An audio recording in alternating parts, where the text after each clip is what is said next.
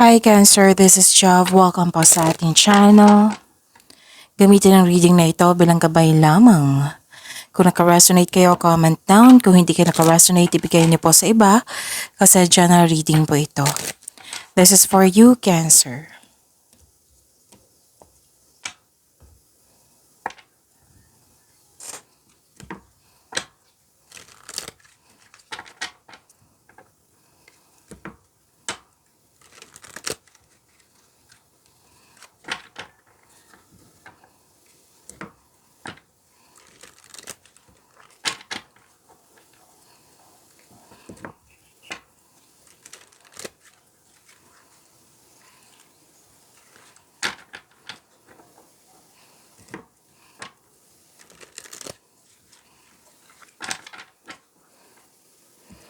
Para po ito sa iyo, Cancer. Maraming salamat po sa inyong patuloy na suporta at maraming salamat din po sa mga hindi nag-skip ng ads. Sa mga hindi pa nag-subscribe, subscribe na po kayo at click bell notification para malaman nyo na may bago tayong video. Para sa mga gustong magpa-reading, comment po kayo ng personal reading. Again, comment kayo ng personal reading and check my reply sa comment section.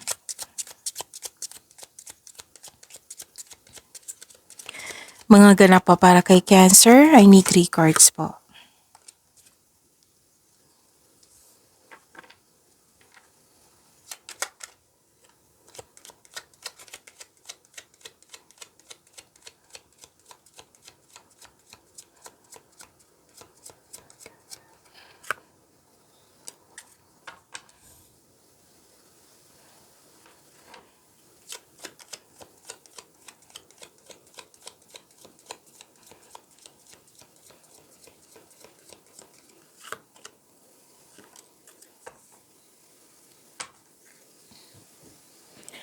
Cancer, may nag-uusap dito regarding sa... Okay, may nag-uusap dito na magkakapatid. Tapos may exciting na ganap sa araw na ito. May nakita rin ako ditong huwag maniwala agad sa chismis. Yan po yung mensahe ng card niyo po. At iwasan niyo mag-overthink kasi nakaka-drain ito ng energy. Pwedeng overthinking, overanalyzing, or nagkaroon ng fear, hesitation, doubt, or sama ng loob. So sana'y ma-overcome nyo yan, Cancer. Wow, this is prosperity. May parating po na malaking pera. Oo, parating or dumating na yung malaking pera, Cancer. Pwedeng... marami kayong orders ngayon, benta, customer, na magbibigay ito ng malaking pera sa iyo. Cash flow, transaction. Pwede din may opportunity na dumating na makapapigay sa iyo ng malaking pera. This is prosperity. Cancer, claim nyo po. Ang ganda.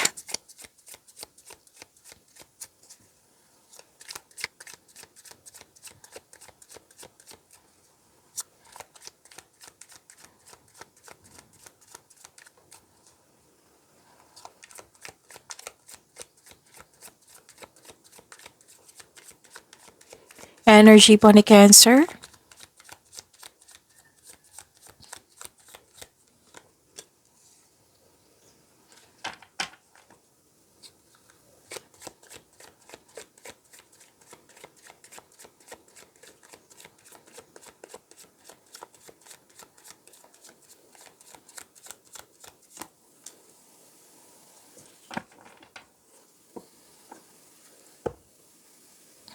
Kung may narinig kayo or may nakita kayong repeating message, meaning to say, pinupush ng course niyan. Like for example, nanood kayo ngayon ng June 11 and June 12 na video reading nyo, Cancer, tapos may napansin kayo na repeating message. Yan po yung pinupush ng course nyo na kailangan yung bigyan ng atensyon, solusyon, at aksyon kung maaari po. So ano yung energy ni Cancer?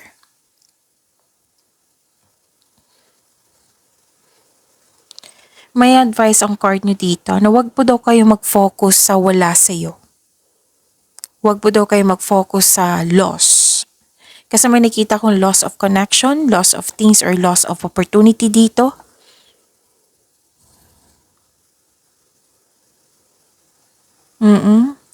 Ito yung sabi ko kanina sa inyo na nabibigatan kayo.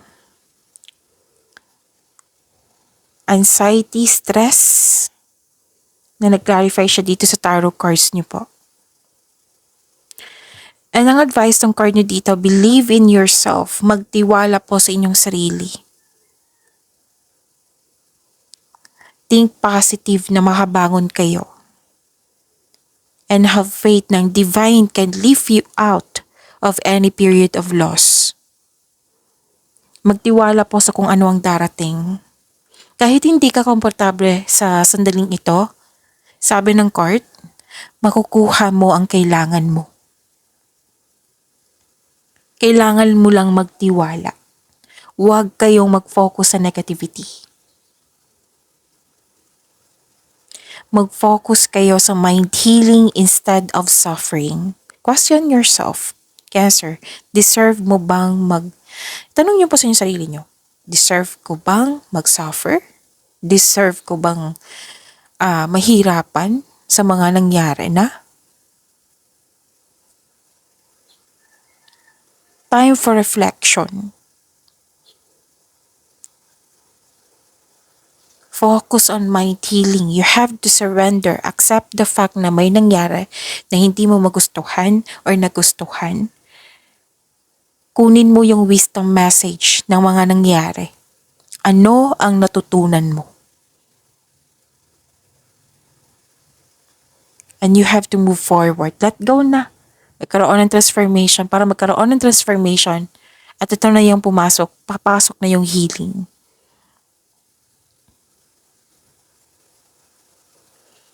May nakita nga ako dito, handa ka na. Whether sa love life to, handa na akong tumanggap ng bagong pag-ibig. Handa na ako mag-move forward. Handa na ako sa pag-level up. Pero may parang pumipigil sa'yo. Yun yung sabi ng card niyo dito, na dapat magtiwala sa inyong sarili. Have faith in the universe. Siyempre, magkakaroon ng katuparan, magkakaroon ng pagbabago kung ikaw ay may willingness sa pagbabago. Imagine mo na kung hindi ka magbibigay ng changes or walang willingness, walang pagbabago yan. If you are willing to move forward, may pagbabago.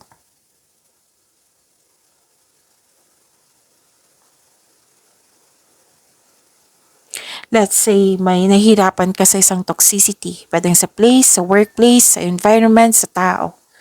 So, anong dapat gawin mo? Ay, Miss Jov, hindi naman maiiwasan kasi parati ko siyang makakasama sa trabaho. Put limitation, boundaries. Huwag mong tanggapin yung negative energy niya. Kung talagang concerned ka sa kanya, then isuko mo siya kay God. Mag-pray kayo. At hingi kayo ng divine assistance. Siguraduhin nyo na hindi mo tanggapin yung negative energy niya. Hindi ibig sabihin na naging negatibo na yung tao, magiging negatibo ka rin. So, mas piliin ang inner peace. Kaya nga mandito tayo, di ba? To have inner peace.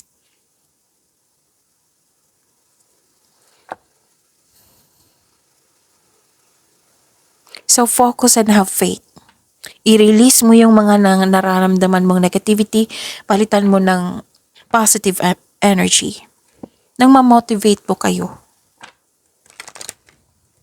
Kaya nga may sabi ang card nyo dito pa lang sa sinabi ng card, makukuha mo ang kailangan mo. So you have to move forward kasi nga may sabi dito, makukuha mo ang kailangan mo.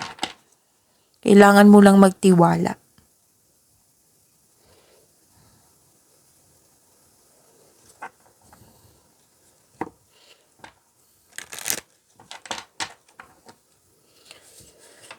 Kaya nga may sabi ang card nyo dito na kung pwede, kung may natangkap kayo ng chismis or may naninira or hindi mo magustuhan yung mga sinasabi, it doesn't mean na yung kailangan mo tumigil. Kailangan mo magpa-apekto. Kaya nga may sabi dito, magwag maniwala agad, alamin nyo muna kung totoo ba yan or hindi. Kasi sikapin nyo maging balanse yung emotion, lalo na yung emotion mo. Kasi may nakita ko ditong toxic eh. Yung sabi ko kanina sa inyo na kung naging negatibo yung tao, hindi ibig sabihin magiging negatibo ka rin. Mag-iingat ka din sa response sa kanya para hindi mas lalong lumaki. Kasi may nakita ko ditong may pagkawala, paninirang puri, or panulokong magaganap. Pwedeng nag-away na.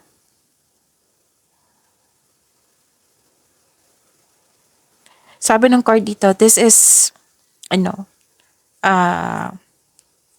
itong pagtatalo or pag-aaway, isang natural element of all relationship. Connection mo sa isang tao, sa relasyon ba ito? Dito mo makilala mo yung sarili mo kung paano ka mag-response sa ganitong sitwasyon, kung paano ka mag-handle sa ganitong sitwasyon. Dito mo rin malalaman kung right time na bang umiwas, mag-walk away, or yung changes na gagawin mo. Yung sinabi ng card dito na addressing hurt feelings often leads to improved communication.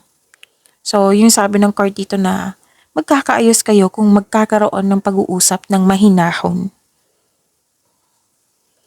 Kasi may nakita ko ditong iniwan, or iniwasan mo na, or ikaw yung iniwan, or nagkaroon ng argument or unpleasant conversation, kaya nga may sabi na mag-ingat sa mga sinasabi at ginagawa.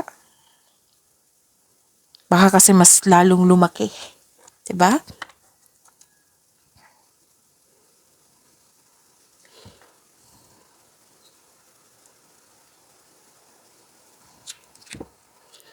So better to choose peace of mind, sabi ng card. Makinig po daw kayo sa inyong intuition kasi it will guide you away from this concern, from this toxicity. You can set yourself free by forgiving someone. Forgive yourself, forgive the situation, forgive this person. You can forgive this person through your mind and heart. Kung if you're not ready na kausapin talaga tong taong ito. Pwedeng sa isang tao to ha. Pwede din sa isang sitwasyon. So this is a challenge kung paano mo haharapin yung challenges na ito. Kung paano ka mag-react, kung paano ka mag-handle ng ganitong sitwasyon. So ang advice ng card talaga dito na better to choose inner peace.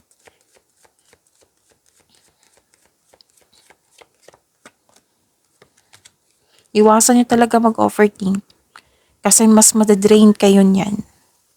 Better to have a solution. Kasi masastop yung overthinking kung magkakaroon ng solusyon, kung magkakaroon ng time for reflection, kung magkakaroon ng mindfulness skills. And ito yung clarification ng card nyo. Crossing bridges, it's time for healing. Yan yung sinasabi ng card nyo kanina na choose inner peace. Choose peace of mind. It's time for healing, connecting, mending, and releasing.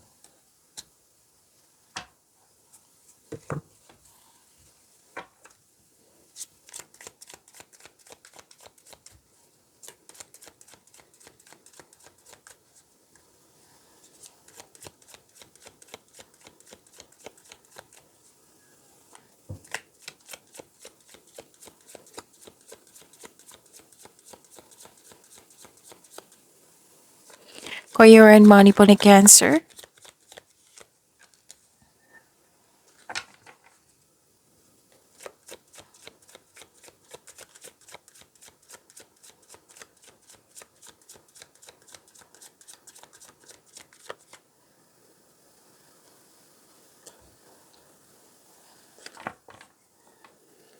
Okay, prepare yourself. Magiging busy kayo ngayong araw na ito. Pero yung binigyan mo ng aksyon, yung pagiging busy mo, may magandang resulta na matutuwa ka. So, this is about your career and money, right? Mas nangingibabaw yung pera mo dito. Wow. This is wealth, family, inheritance. May completion of cycle po.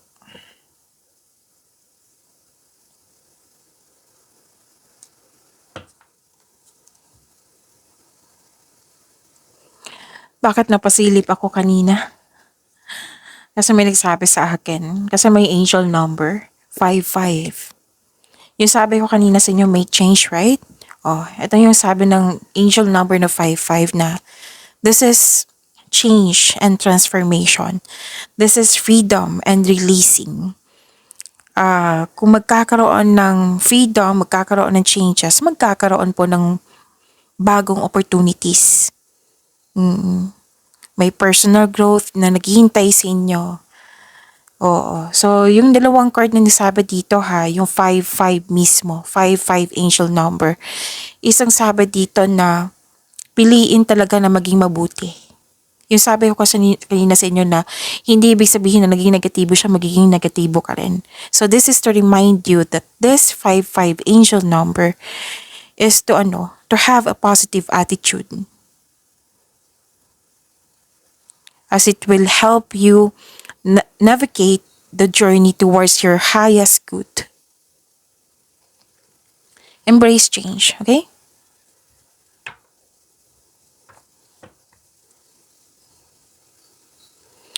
Okay, let's go back sa career and money nyo.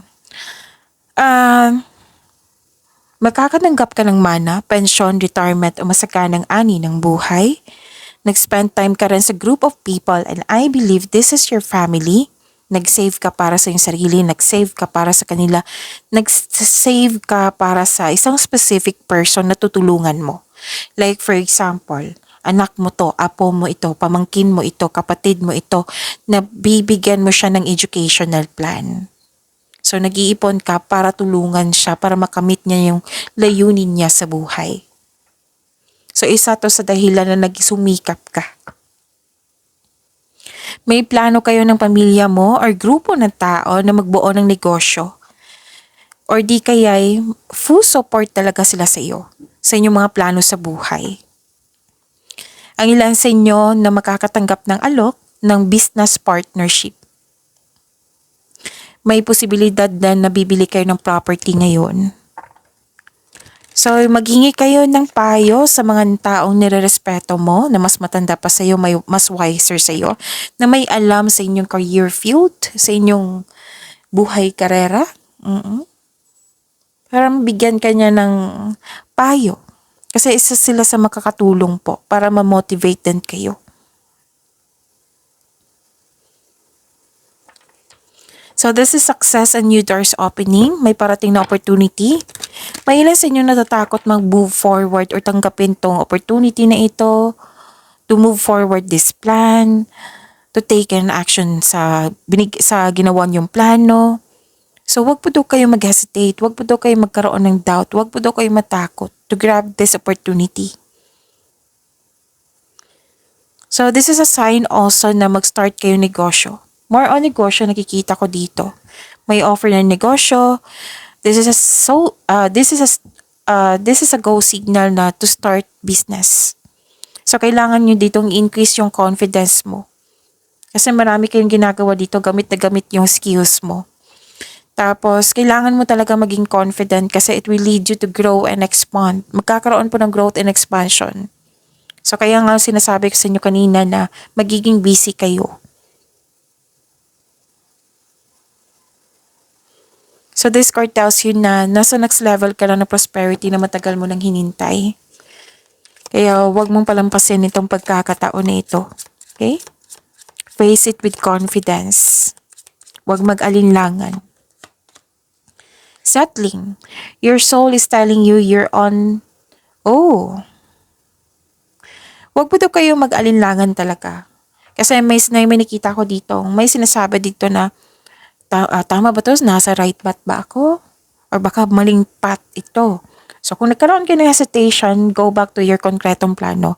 Kasi kung magkakaroon ka ng konkretong plano, magkakaroon ka ng confidence, mawawala yung hesitation, doubt ba yan? At matutong makinig sa inyong intuition. Kasi si intuition, siya yung mag-guide sa iyo. Siya yung magtuturo sa iyo kung ano yung next action, kung ano yung right path para sa iyo patungo sa success. Okay? So give yourself the time and space to evolve and discover your true path. Okay? Kailangan nyo ng time for reflection. Sabi ko kanina sa inyo, kailangan ng time for reflection kasi natatalo kayo sa inyong overthinking. Natatalo kayo sa inyong nararamdaman na takot, hesitation.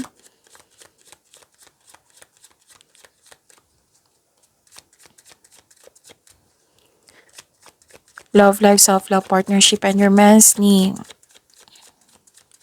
Cancer.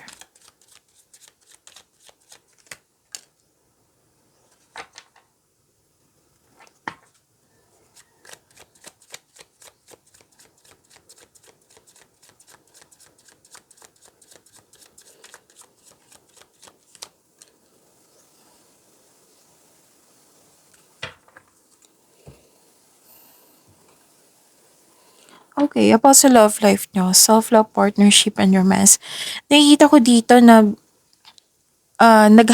nagbigay halaga. Yung inaalagaan mo yung sarili mo, yung ipon mo, yung project mo, nagkaroon ng sense of stability, nagkaroon ng pag-aalaga sa relasyon. So, bakit ko nagsasabi na may sense of stability? Kasi may target kayo dito. Pwedeng nag-iipon kayo for a specific goal.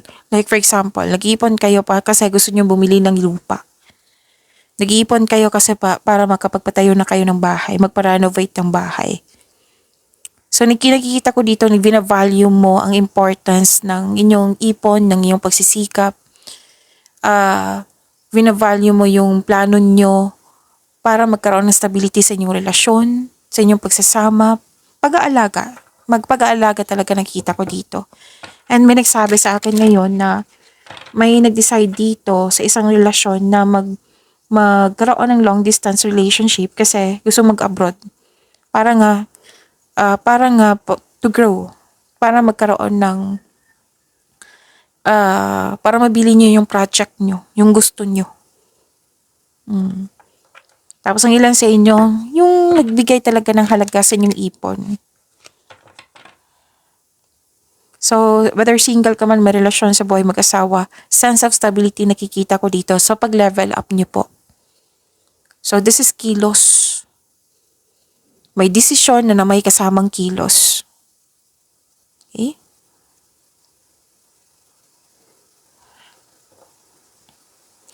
Nakikita ko rin dito na nagkaroon po ng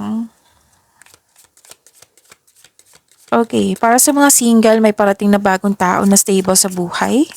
Sa mga relasyon sa buhay mag-asawa, kayong dalawa ay matured enough na.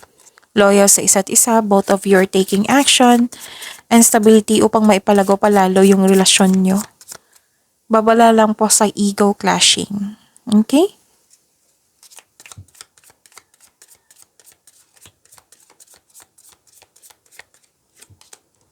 Dressing up. An opportunity to dress up and party fun times ahead. So, it might be may mag-invite sa inyo ng outing or date or group date. So, yan. Pag-imanin nyo pa yung blessings sa binibigay sa inyo, Cancer. See you tomorrow. Maraming salamat po.